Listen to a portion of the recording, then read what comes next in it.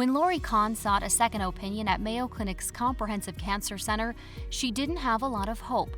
But then she met oncologist Dr. Felipe Bartolini. When I saw Lori for the first time, I think her and I were both scared because she really didn't look good. So she has metastatic breast cancer. It's estrogen receptor positive, HER2 negative breast cancer that had progressed through other lines of therapy before. They tell you it is not curable, it's controllable. So I'm in that phase. Dr. Bartolini is engaged in research that looks at the individual biomarkers of a patient's cancer to personalize their therapy. For her, we did this comprehensive genomic profiling and identified the specific mutations for which we happen to have a targeted therapy. Because her disease was so aggressive in the beginning, we used some chemotherapy to cool down her disease because we were afraid we would not have another opportunity.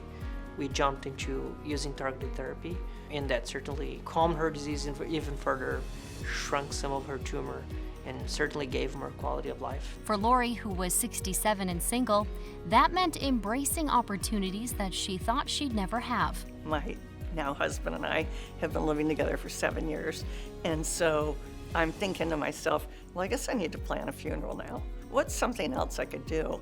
And I was having lunch with a girlfriend, and she said, well, you guys talked about getting married. Have you ever thought anything more about it? And all of a sudden I was like, Cupid shot me finally. So I came home and I said, well, what do you think if we, instead of, doing this, we plan a wedding? My whole as a breast medical oncologist is really to understand patients' goals and values. And for her, she really wanted to live a little longer so she could actually get married and, have that thing done in her life. Lori was married on February 19th in front of loved ones and friends. Mayo has been unbelievable in making this wedding happen. And when I say it takes a village, it took a village between Mayo and my family to get us down the aisle. After a short honeymoon, she's channeled her energy into writing about her journey and providing advice for others who are living with terminal illness. She's being very, very brave and very, very generous. And, she's doing some efforts, and she created a blog that I enjoy reading very much to help other patients too. So she's just a phenomenal human being. One of the chapters in my blog is all the positives. There's some pretty off-color, funny things in there, but I think you have to just get comfortable with your diagnosis, your medical team, and take one day at a time.